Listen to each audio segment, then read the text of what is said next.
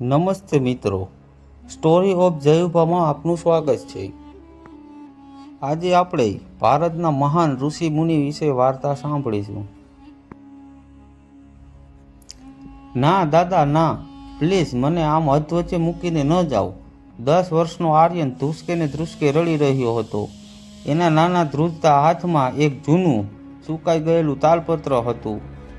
આ એક એવું પાંદડું હતું જેના પર દોરેલા એક નાના ચિત્રએ આજે દુનિયાના મોટા મોટા વૈજ્ઞાનિકોના મગજ પણ ચક્રાવે ચડાવી દીધા હતા। હજારો વર્ષ પહેલાં જંગલમાં ઝાડ નીચે બેસતા એક સાધુએ આજના કરોડો રૂપિયાના અદ્યતન ટેલિસ્કોપ વગર આખું બ્રહ્માંડ કેવી રીતે માપી લીધું?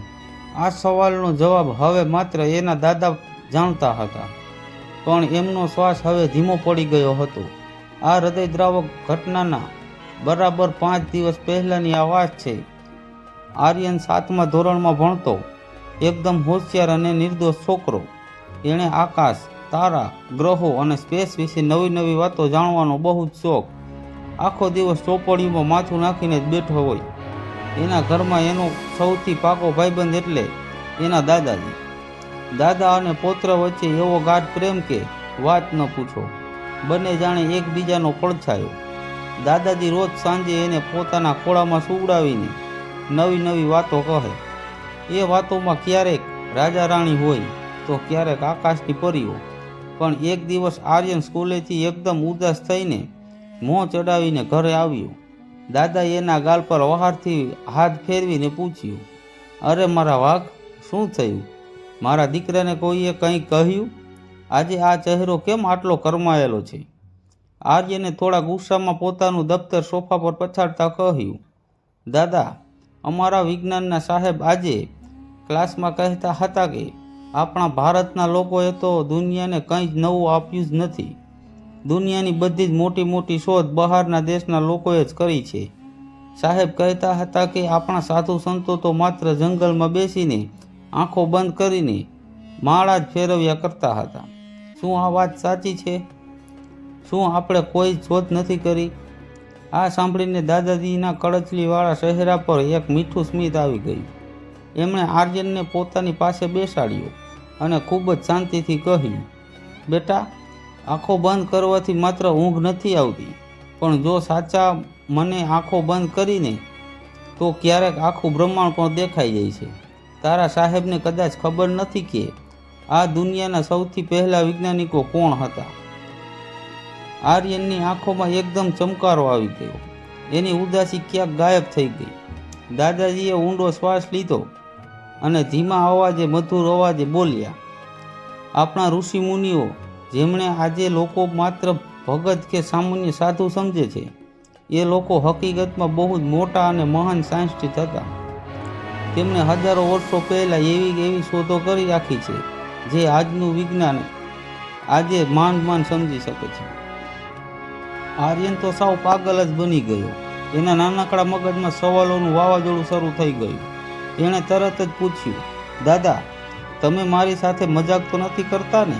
જો એ લોકો વૈજ્ઞાનિક હતા તો તેમની પાસે પ્રયોગ કરવા માટે મોટી લેબ ક્યાં હતી? એમના મોટા મોટા મશીનો અને કોમ્પ્યુટરો ક્યાં હતા?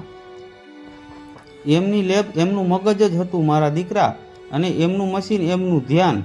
દાદાજીએ ખુલ્લી બારીથી બહાર દેખાતા આકાશ પર આંગળી ચીંધી। અને ખબર છે આપણી પૃથ્વીથી સૂર્ય કેટલો દૂર છે એની ગણતરી હનુમાન ચાલીસામાં વર્ષો પહેલાં એકદમ સચોટ રીતે લખાઈ ગઈ છે। ગુરુત્વાકર્ષણનો નિયમ વિદેશી વૈજ્ઞાનિક ન્યૂટન પહેલાં આપણા ભાસ્કરાચાર્યએ આપ્યો હતો। આ બધું માત્ર કોઈ વાર્તા કે કલ્પના નથી બેટા, આ એક સત્ય હકીકત છે। આર્યન માટે આ બધું એક જાદુ સાંભળવા જેવું હતું। એને થયું કે આવું તે કંઈ હોતું હશે। દાદાજી તરત જ સમજી ગયા કે આર્યનને હજી પૂરો વિશ્વાસ નથી। અચાનક જ દાદાજીને જોરદાર ખાંસી આવવા લાગી। એમની તબિયત છેલ્લા કેટલાક દિવસથી બિલકુલ સારી નહોતી રહેતી। આર્યન ગભરાઈ ગયો અને દોડીને રસોડામાંથી પાણીનો ગ્લાસ લઈ આવ્યો। પાણી પીધા પછી દાદાએ હાંફતા હાંફતા ધીમા અવાજે કહ્યું, આર્યન, તારે આ વાતની સાબિતી જોઈએ છે ને? જા, મારા રૂમમાં પેલી ખૂણામાં પડી છે એ જૂની લાકડાની પેટી ખોલ. એમાં સૌથી નીચેના ખાનામાં એક લાલ કપડામાં બાંધેલી નાનકડી પોટલી છે. એ જલ્દી લઈ આવ. આજે હું તને એવો ખજાનો બતાવીશ જે આપણા પરિવારમાં પેઢીઓથી છુપાવીને સચવાયેલો છે. આર્યન સીધો દોડતો દાદાના રૂમમાં ગયો. ધૂળ ખાતી એ ભારે પેટી એણે મહા મહેનતે ખોલી. અંદરથી એકદમ જૂની માટી જેવી સુગંધ આવી. એણે કાપતા હાથે એ લાલ કપડું ખોલ્યું તો અંદર જૂના સૂકા પાંદડા જેવું કંઈક હતું, જેના પર અજીબ અક્ષરો અને તારા ગ્રહોની આકૃતિઓ દોરેલી હતી. જેવો આર્યને એ પાંદડાને હાથ અડાડ્યો એવું લાગ્યું જાણે એમાં કોઈ હળવો કરંટ વહેતો હોય. એના નાના હાથ ધ્રુજવા લાગ્યા. આખરે આ વસ્તુ શું હતી? દાદા એનાથી ક્યું મોટું રહસ્ય છુપાવી રહ્યા હતા? આર્યન ધીમા પગલે લાલ કપડાની એ પોટલી લઈને દાદા પાસે આવ્યો. એની નાનકડી છાતી ધડક ધડક થઈ રહી હતી. એની આંખોમાં થોડો ડર હતો અને ઘણું બધું જાણવાની ઉત્સુકતા. એણે દાદાના ધ્રુજતા હાથમાં એ જૂનું સુકાઈ ગયેલું પીળું પડી ગયેલું પાંદડું મૂક્યું. દાદાએ ખૂબ જ વહાલથી એ પાંદડાને પોતાના માથે અડાડ્યું, જાણે ભગવાનના મંદિરમાં મૂર્તિને પગે લાગતા હોય તેમ. પછી ધીમે રહીને પલંગ પર ટેકો દઈને થોડા ટટાર બેઠા અને બોલ્યા, મારા દીકરા, આ કોઈ ઝાડનું સામાન્ય પાંદડું નથી હો. આને આપણે તાલપત્ર કહીએ છીએ. હજારો વર્ષો પહેલાં જ્યારે તારી નોટબુક જેવા કાગળ નહોતા બનતા, ત્યારે આપણા ઋષિમુનિઓ આવા ખાસ પાંદડાઓ પર પોતાનું જ્ઞાન લખીને સાચવતા હતા. આ વસ્તુ આપણા પરદાદાના પણ પરદાદા સમયની ખૂબ સાચવીને રાખેલી છે. આર્યને ધ્યાનથી એ તાલપત્ર તરફ જોયું. એમની ઉપર કેટલીક અજીબ ગોળ કુંડાળીઓ, તારાઓ અને ત્રિકોણ દોરેલા હતા. સાથે સાથે ઝીણા અક્ષરોમાં કંઈક લખેલું હતું જે એણે જરાય નહોતું સમજાતું. પણ દાદા, આમાં લખ્યું છે શું? આ કોઈ વાર્તા છે? મને તો કંઈ સમજાતું નથી. આર્યને માથું ખંજવાળતા એકદમ ભોળા ભાવે પૂછ્યું. દાદાએ ઊંડો શ્વાસ લીધો. એમનો અવાજ હવે ધીમો પડી રહ્યો હતો, પણ એમાં એક જાતની ચમક હતી. બેટા, આ આકાશનો નકશો છે. આજથી સેકન્ડો વર્ષ પહેલાં આપણા જ પરિવારમાં એક મહાન ઋષિ થઈ ગયા. એમણે આ નકશો બનાવ્યો હતો. તું વિચારીશ કે એમની પાસે મોટા મશીનો તો નહોતા, તો આ બધું બનાવ્યું કેવી રીતે? આર્યન તરત જ માથું હલાવીને હા પાડવા લાગ્યો. એમની પાસે સૌથી મોટું અને પાવરફુલ મશીન હતું તેમનું મગજ. એ માત્ર હિમાલયની શાંતિમાં એક ઝાડની નીચે બેસીને પોતાની આંખો બંધ કરી લેતા, પછી પોતાના શ્વાસ પર કાબૂ મેળવીને સીધા બ્રહ્માંડની સફર કરતા. આને જ સાચી આધ્યાત્મિક અને ધ્યાન કહેવાય. આધ્યાત્મિકતા એટલે માત્ર ભગવાનની પૂજા કરવી એવું નથી, પણ પોતાની અંદર છુપાયેલી તાકાતને ઓળખીને કુદરતના રહસ્યો જાણવા. આ જ તો સાચું વિજ્ઞાન છે, દાદાજીએ ખૂબ જ પ્રેમથી સમજાવ્યું. આર્યન તો સાવ મોં ખુલ્લું રાખીને સાંભળી જ રહ્યો હતો. એટલે કે આંખો બંધ કરીને સીધા સ્પેસમાં જવાનું જાદુથી? ના બેટા, આ જાદુ નથી. આ આપણા ઋષિઓની મહેનત હતી. આ ચિત્રમાં 9 ગ્રહોની એકદમ ચોક્કસ જગ્યા બતાવી છે. આજના વૈજ્ઞાનિકો કરોડો રૂપિયાના રોકેટ મોકલીને જે વાતો આજે દુનિયાને કહી રહ્યા છે, એ જ માહિતી આ તાલપત્રમાં પહેલેથી જ લખેલી છે, એકદમ સાચી અને સચોટ. આપણા ઋષિઓ આ બ્રહ્માંડમાં સૌથી પહેલા વિજ્ઞાનિકો હતા. આ સાંભળીને આર્યનને હવે આંખોમાં પોતાના દેશ અને સંસ્કૃતિ માટે ગર્વ છલકાઈ રહ્યો હતો. સવારના વિજ્ઞાનના સાહેબે વાત એને હવે સાવ ખોટી લાગવા માંડી. એણે થયું કે મારા પૂર્વજો તો કેટલા બધા હોશિયાર હતા. દાદા, મારે પણ આ બધું શીખવું છે. હું મોટો થઈને બહુ મોટો સાયન્ટિસ્ટ બનીશ અને આપણા દેશનું નામ રોશન કરીશ.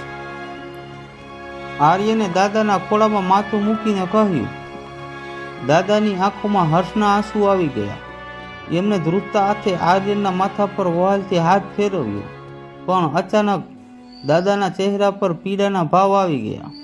એમણે પોતાનો બીજો હાથ એકદમ જોરથી પોતાની છાતી પર દબાવ્યો. એમણે પરસેવો વળવા લાગ્યો.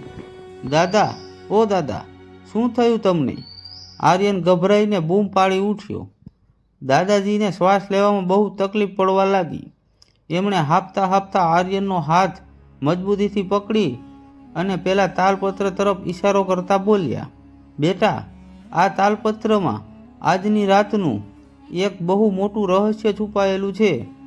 આજે રાત્રે આકાશમાં એક એવી ઘટના બનવાની છે જેની ગણતરી આપણા ઋષિઓ હજારો વર્ષ પહેલાં જ કરી રાખી હતી. તારે આજે રાત્રે બરાબર 12 વાગ્યે. એટલું બોલતા બોલતા દાદાજીનો અવાજ બંધ થઈ ગયો. એમનો હાથ ઢીલો પડી ગયો અને એમની આંખો બંધ થઈ ગઈ. દાદા, દાદા, આંખો ખોલો ને પ્લીઝ, મને આમ મૂકીને ન જાઓ. આર્યન ધ્રુસકે ને ધ્રુસકે રડવા લાગ્યો. એણે જરાય સમજ ન પડી કે હવે શું કરે. એક તરફ એની દુનિયા સમાન એવા વહાલા દાદા બેહોશ થઈ ગયા હતા અને બીજી તરફ એ જૂનું તાલપત્ર આજની રાતના 12 વાગ્યે થનારી કોઈ ભયાનક કે અદૃશ્ય ઘટનાની રાહ જોઈ રહ્યું હતું. હવે આગળ શું થશે? આર્યનની બૂમાબૂમ સાંભળીને તેના મમ્મી પપ્પા ગભરાઈને દોડતા રૂમમાં આવ્યા. પપ્પાએ તરત જ ફોન કરીને એમ્બ્યુલન્સ બોલાવી લીધી. થોડી જ વારમાં બહાર અવાજ કરતું વાહન આવ્યું અને દાદાજીને જલ્દી હોસ્પિટલ લઈ ગયા. ઘરમાં અચાનક જાણે કોઈ વાવાઝોડું આવી ગયું હોય એવો ડરામણો માહોલ થઈ ગયો. મમ્મી પપ્પા તો સીધા હોસ્પિટલ ગયા, પણ નાનકડા આર્યનને એના પાડોશીમાં રહેતા રમીલા કાકી પાસે મૂકતા ગયા. આર્યન એકદમ એકલો પડી ગયો. એ સોફાના એક ખૂણામાં બેઠો બેઠો ડૂસકા ભરી રહ્યો હતો. એની આંખોમાંથી આંસુની ધાર રોકાવાનું નામ જ નથી લીધી. તેની નાનકડી મુઠ્ઠીમાં હજુ પણ પેલું જૂનું તાલપત્ર એકદમ કસીને પકડેલું હતું. એને વારંવાર દાદાનો એ છેલ્લો ધીમો અવાજ યાદ આવી રહ્યો હતો. આજે રાત્રે 12 વાગ્યે. એને રડતી આંખે દિવાલ પર લટકતી ઘડિયાળ સામે જોયું. રાતના 11:30 વાગી ગયા હતા. હવે માત્ર 30 મિનિટ બાકી હતી. આર્યને પોતાના બંને હાથે આંસુ લૂછ્યા અને એક ઊંડો શ્વાસ લીધો. એણે મનોમન નક્કી કર્યું કે ગમે તે થાય એ પોતાના વહાલા દાદાની આ વાત અધૂરી નહીં રહેવા દે. એણે ધીમેથી પોતાની મુઠ્ઠી ખોલી અને ટેબલ પર લેમ્પના પીળા અંજવાળામાં એ સુકાયેલા પાંદડાને ધ્યાનથી જોવાનું શરૂ કર્યું. જેમ જેમ એ તાલપત્ર પર દોરેલા ચિત્રોને જોતો ગયો તેમ તેમ તેનું મગજ ફાસ્ટ દોડવા લાગ્યું. એમાં અમુક તારાઓની એવી નવી જ ગોઠવણી હતી જેવી એણે સ્કૂલની વિજ્ઞાનની ચોપડીમાં ક્યારેય નહોતી જોઈ. અચાનક પાંદડા પર દોરેલા એક મોટા ગોળ કુંડાળામાં એની નજર અટકી. એની અંદર જૂના અક્ષરોમાં કંઈક લખ્યું હતું, પણ એની નીચેના ભાગમાં સાદી ગણતરીના આંકડા હતા. આ આંકડાઓ આર્યન સહેલાઈથી વાંચી શકતો હતો. આ ગણતરી કોઈ ચોક્કસ દિશા અને સમય બતાવી રહી હતી. આર્યન કોઈને કહ્યા વગર ધીમા પગલે અગાસી પર ગયો.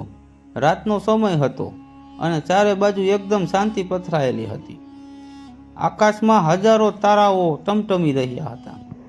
એણે પોતાની કાંડાની ઘડિયાળમાં જોયું. હવે 11:15 થયા હતા.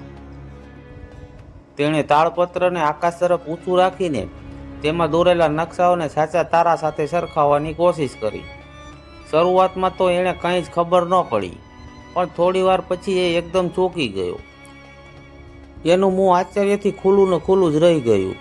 તાળપત્રમાં દોરેલા 5 મુખ્ય તારા આકાશમાં બરાબર એ જગ્યાએ ગોઠવાયેલા દેખાઈ રહ્યા હતા. આ એ કેવી રીતે બની શકે? હજારો વર્ષ પહેલાં કોઈ ઋષિએ માત્ર ધ્યાન કરીને આજની રાતનો આબેહૂબ નકશો કેવી રીતે દોર્યો હશે? આર્યનના આખા શરીરમાંથી એક ધ્રુજારી પસાર થઈ ગઈ. અચાનક નીચે પાડોશીના ઘરમાંથી ઘડિયાળનો અવાજ આવ્યો. બરાબર રાતના 12 વાગ્યા હતા. આર્યને શ્વાસ રોકીને આકાશ તરફ જોયું. જેવો 12નો કાંટો પૂરો થયો, આકાશમાં એક અજીબ હિલચાલ શરૂ થઈ ગઈ. પેલા 5 તારાઓમાંથી એકદમ તેજસ્વી વાદળી રંગનો પ્રકાશ નીકળવા લાગ્યો. એ પ્રકાશ એટલો બધો તેજ હતો કે આર્યને પોતાની આંખો બંધ કરવી પડી. અને જ્યારે એણે ધીમે ધીમે આંખો ખોલી ત્યારે એણે જોયું કે એમના હાથમાં રહેલું પેલું જૂનું તાળપત્ર પણ એ જ રંગનું હળવે હળવે ચમકી રહ્યું હતું. શું એ જૂના પાંદડા અને આકાશના તારા વચ્ચે કોઈ જાદુઈ કનેક્શન હતું? વાદળી રંગનો એ ચમકતો પ્રકાશ ધીમે ધીમે આખી અગાશીમાં ફેલાઈ ગયો. આર્યનનું નાનકડું હૃદય જોર જોરથી ધબકી રહ્યું હતું. તેને ડર પણ લાગતો હતો અને સાથે સાથે આ અદ્ભુત જાદુ જોવાની મજા પણ આવતી હતી. તેના હાથમાં રહેલું તાળપત્ર હવે સાવ હલકું ફૂલ જેવું બની ગયું હતું, જાણે એમાં કોઈ વજન જ ન હોય. અચાનક તાલપત્રમાંથી નીકળતા એક વાદળી પ્રકાશે ભેગા થઈને આર્યનની સામે હવામાં એક મોટો પડદો બનાવી દીધો. જાણે કોઈ સિનેમા થિયેટરનો પડદો હવામાં લટકતો હોય એવું લાગતું હતું. આર્યન તો સાવ અવાક, બસ આંખો ફાડીને જોઈ જ રહ્યો. એ હવાના પાંદડા પર એક દ્રશ્ય દેખાવા લાગ્યું. એમાં એક ગાઢ જંગલ હતું, મોટા મોટા ઊંચા ઝાડ અને ચારે બાજુ એકદમ શાંતિ. જંગલની વચ્ચે એક મોટી વડવાઈ નીચે એક સાધુ આંખો બંધ કરીને ધ્યાનમાં બેઠા હતા. એમના લાંબા સફેદ વાળ અને દાઢી પવનમાં હળવે હળવે ઉડી રહ્યા હતા. એમનો ચહેરો એકદમ શાંત અને તેજસ્વી હતો. આર્યનને તરત જ સમજાઈ ગયું કે આ એ જ મહાન ઋષિ હશે જેમની વાત દાદાજી કરતા હતા. પડદા પરનું દ્રશ્ય બદલાયું.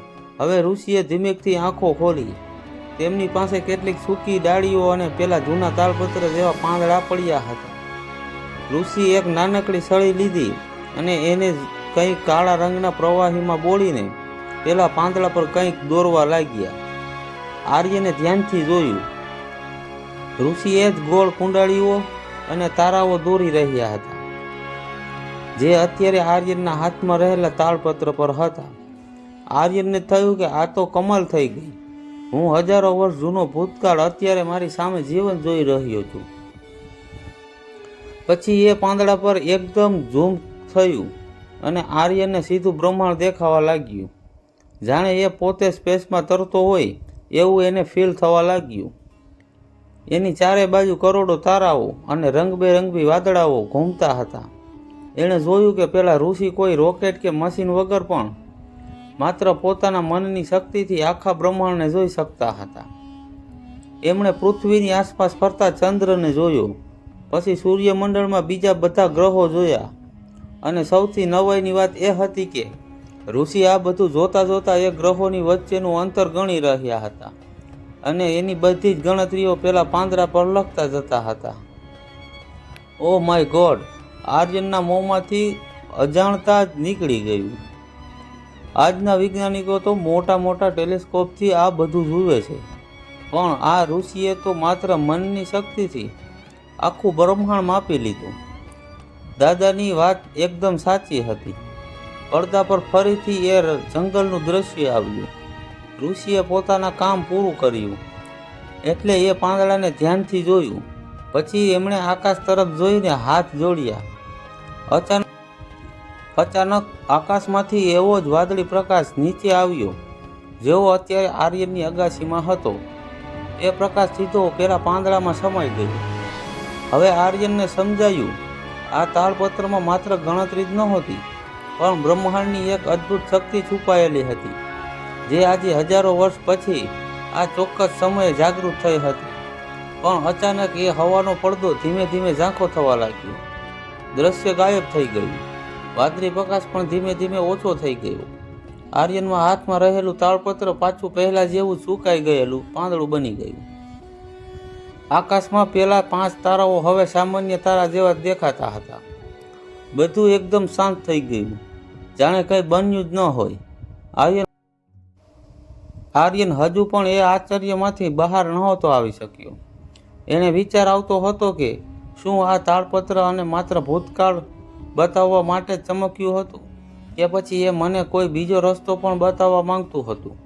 એણે ફરીથી તાળપત્રને ધ્યાનથી જોયું ત્યારે તેની નજર એક એવા ચિહ્ન પર પડી જે એણે પહેલાં નહોતું જોયું. શું આ ચિહ્ન કોઈ નવો રસ્તો કે કોઈ નવી જગ્યા બતાવી રહ્યું હતું? ટ્રીન. અડધી રાત્રે એકદમ શાંતિમાં અચાનક જ જોરથી વાગેલા ફોનના અવાજે આર્યનને ઝબકાવી દીધો. નીચેના રૂમમાંથી રમીલા કાકીનો ગભરાયેલો અવાજ આવ્યો. હે, શું વાત કરો છો? હું હમણાં જ આર્યનને લઈને ત્યાં આવું છું. આ સાંભળતા જ આર્યનના પગ નીચેની જમીન ખસી ગઈ. એ સમજી ગયો કે હોસ્પિટલથી કોઈ ખરાબ સમાચાર આવ્યા છે. એના હાથમાંથી પેલું કિંમતી તાળપત્ર છટકીને જમીન પર પડી ગયું. કાકી, મારા દાદા કેમ છે? ચાલો આપણે જલ્દી જઈએ. આર્યન રડવા જેવો થઈ ગયો. એણે ફટાફટ જમીન પર પડેલું તાળપત્ર ઉઠાવીને પોતાના ખિસ્સામાં મૂક્યું અને કાકીની આંગળી પકડીને હોસ્પિટલ તરફ દોડ્યો. થોડી જ વારમાં બંને હોસ્પિટલ પહોંચી ગયા. ત્યાંનો માહોલ એકદમ ડરામણો હતો. ચારે બાજુ દવાની વાસ આવતી હતી અને સફેદ કપડાં પહેરીને ડોક્ટરો આમ તેમ દોડી રહ્યા હતા. આર્યને જોયું કે એના મમ્મી પપ્પા કાચવાળા રૂમની બહાર ઊભા રડી રહ્યા હતા. આર્યનથી રહેવાયું નહીં. એ સીધો અંદર દોડી ગયો. અંદર રૂમમાં દાદાજી એક મોટા પલંગ પર સૂતા હતા. એમના મોં પર ઓક્સિજનનું માસ્ક લગાવેલું હતું અને આજુબાજુ મોટા મશીનો અવાજ કરતા હતા. દાદાને આમ જોઈને આર્યનની આંખોમાંથી ચોધાર આંસુ વહેવા લાગ્યા. એ ધીમેકથી પલંગ પાસે ગયો અને એમનો ઠંડો પડી ગયેલો હાથ પોતાના નાના અને ગરમ હાથમાં પકડી લીધો. દાદા, પ્લીઝ આંખો ખોલો ને. જુઓ, તમે કહેતા હતા એમ જ થયું. પેલા પાંદડામાંથી વાદળી પ્રકાશ નીકળ્યો અને મેં આખું બ્રહ્માંડ જોયું. ઋષિમુનિઓ કેટલા મહાન હતા એ મેં મારી સગી આંખે જોયું. તમે એકદમ સાચા હતા દાદા. આર્યન ડુસકા ખાતા ખાતા બોલી રહ્યો હતો. આર્યનનો રડતો અવાજ સાંભળીને દાદાના હાથની આંગળીઓ સહેજ હલી. એમણે બહુ ધીમેથી પોતાની આંખો ખોલી. એમના ચહેરા પર પોતાના પૌત્રને જોઈને એક આછું સ્મિત આવી ગયું. દાદા કંઈક બોલવા માંગતા હતા પણ નબળાઈને લીધે બોલી શકતા નહોતા. એમણે પોતાના ધ્રુજતા હાથથી પોતાની છાતી પર પહેરેલા જૂના ચાંદીના લોકેટ તરફ ઈશારો કર્યો. આર્યને તરત જ એ લોકેટને ધ્યાનથી જોયું અને એના આશ્ચર્યનો કોઈ પાર ન રહ્યો. ખિસ્સામાંથી પેલું તાળપત્ર કાઢીને તેણે લોકેટની બાજુમાં રાખ્યું. પાંદડામાં છેલ્લે જે નવું નિશાન દેખાયું હતું એ જ નિશાન દાદાના આ લોકેટ પર કોતરેલું હતું. એક નાનકડો સૂર્ય અને એની અંદર એક ત્રિકોણ. બંને નિશાન એકદમ સરખા હતા. દાદા, આ લોકેટ અને આ નિશાન બંને એક સરખા કેવી રીતે? આર્યનને નવાઈ પામીને પૂછ્યું. દાદાએ પોતાનો હાથ સહેજ ઊંચો કરીને આર્યનને એ લોકેટ ખોલવાનો ઈશારો કર્યો. આર્યને ધ્રુજતા હાથે ધીમેકથી એ ચાંદીના લોકેટનું ઢાંકણું ખોલ્યું. અંદર ભગવાનનો કોઈ ફોટો ન હતો પણ એક નાનકડી ગોળ ડબ્બી હતી. જેવી આર્યને એ ડબ્બી ખોલી એમાંથી એકદમ ચમકતો સોનેરી રંગનો પાવડર જેવો ભૂકો નીચે પડ્યો. આ કોઈ સામાન્ય ધૂળ નહોતી પણ જાણે આકાશના તારાઓનો ભૂકો હોય એવું લાગી રહ્યું હતું. તેમાંથી બહુ જ મીઠી અને શાંત સુગંધ આવી રહી હતી. દાદાએ ઈશારાથી સમજાવ્યું કે એ ભૂકો તાળપત્રમાં પેલા નિશાન પર લગાવી દે. હવે આર્યનને સમજાયું કે અસલી રહસ્ય તો આ લોકેટમાં છુપાયેલું હતું. પણ શું આ સોનેરી ભૂકો લગાવવાથી એ જૂનું પાંદડું કોઈ નવો જાદુ બતાવશે કે પછી આ ચમત્કારથી એના વહાલા દાદા એકદમ સાજા થઈ જશે? આર્યનને જરાય વિચાર કર્યા વગર પોતાના કાંપતા હાથે એ ચમકતો સોનેરી ભૂકો પેલા તાલપત્ર પર દોરેલા સૂર્ય અને ત્રિકોણના નિશાન પર લગાવી દીધો. અને બીજી જ સેકન્ડે હોસ્પિટલમાં એ બંધ રૂમમાં એવો મોટો ચમત્કાર થયો જે કોઈને સપનામાં પણ નહોતો વિચાર્યો. પાંદડા પર ભૂકો અડતા જ તેમાંથી કોઈ વાદળી પ્રકાશ નહીં પણ એકદમ હૂંફાળો સોનેરી અને દિવ્ય પ્રકાશ બહાર આવ્યો. આ પ્રકાશ એટલો બધો મીઠો અને શાંત હતો કે રૂમમાં આવતી દવાની કડવી વાસ અચાનક ચંદન અને ગુલાબની સુગંધમાં બદલાઈ ગઈ. એ સોનેરી કિરણો ધીમે ધીમે આખા રૂમમાં ફેલાઈ ગયા અને પછી સીધા દાદાજીના શરીર પર પડવા લાગ્યા. દાદાના હૃદયના ધબકારા માપતા મશીનો જે અત્યાર સુધી ડરામણો પીપ પીપ અવાજ કરી રહ્યા હતા એનો અવાજ અચાનક એકદમ શાંત થઈ ગયો અને નોર્મલ થઈ ગયા. બહાર ઊભેલા મમ્મી પપ્પા અને ડોક્ટરો દોડતા અંદર આવ્યા પણ તેઓ આ સોનેરી પ્રકાશ જોઈને ત્યાંના ત્યાં થંભી ગયા. જાણે કોઈ દિવ્ય શક્તિ રૂમમાં ફરી વળી હોય એવો અહેસાસ બધાને થવા લાગ્યો.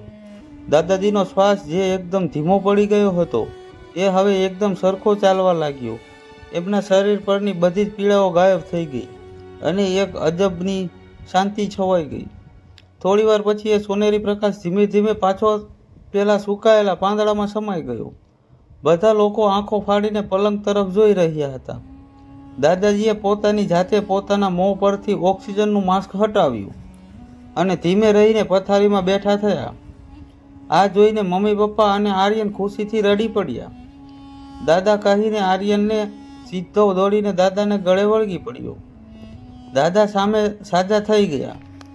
મને ખબર હતી કે આ પાંદડામાં કોઈ બહુ મોટો જાદુ છે. આર્યન હસતા હસતા રડી પડ્યો. દાદાએ આશ્ચર્યમાં માથા પર વહાલથી હાથ ફેરવ્યો અને તેને ચૂમી લેતા કહ્યું, જોયું મારા વાઘ, આપણા ઋષિમુનિઓ માત્ર બ્રહ્માંડને માપતા જ નહોતા, જાણતા પણ હતા.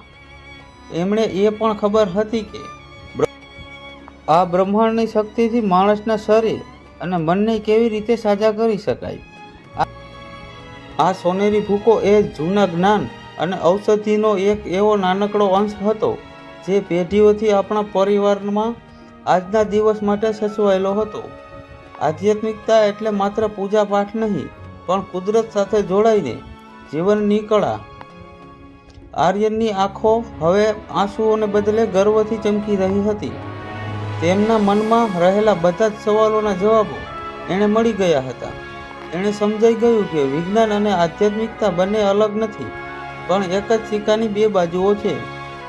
એણે દાદાનો હાથ મજબૂતીથી પકડીને વચન આપ્યું, દાદા, હું મોટો થઈને માત્ર વૈજ્ઞાનિક નહીં બનું, પણ હું આપણા ઋષિઓનું આ ભૂલાયેલું મહાજ્ઞાન આખી દુનિયાને બતાવીશ. હવે કોઈ એમ નહીં કહી શકે કે આપણા ભારતના લોકોએ કંઈ કર્યું નથી. દાદાજી અને આર્યનના ચહેરા પર એક તેજસ્વી અને મીઠું સ્મિત હતું. એક નાનકડા પાંદડાએ આજે એક દાદાનો જીવ બચાવ્યો હતો અને દીકરાને એના ભવિષ્યનો સાચો રસ્તો બતાવ્યો હતો. એક સુંદર અને નવી શરૂઆત થઈ ચૂકી હતી. નમસ્તે મિત્રો, આવા જ પ્રસંગો અને હૃદયસ્પર્શી વાર્તાઓ સાંભળવા માટે સ્ટોરી ઓફ જયુભામાં જોડાઈ રહો. અને હા, લાઈક અને સબસ્ક્રાઈબ કરવાનું ભૂલશો નહીં. Thank you. જય માતાજી.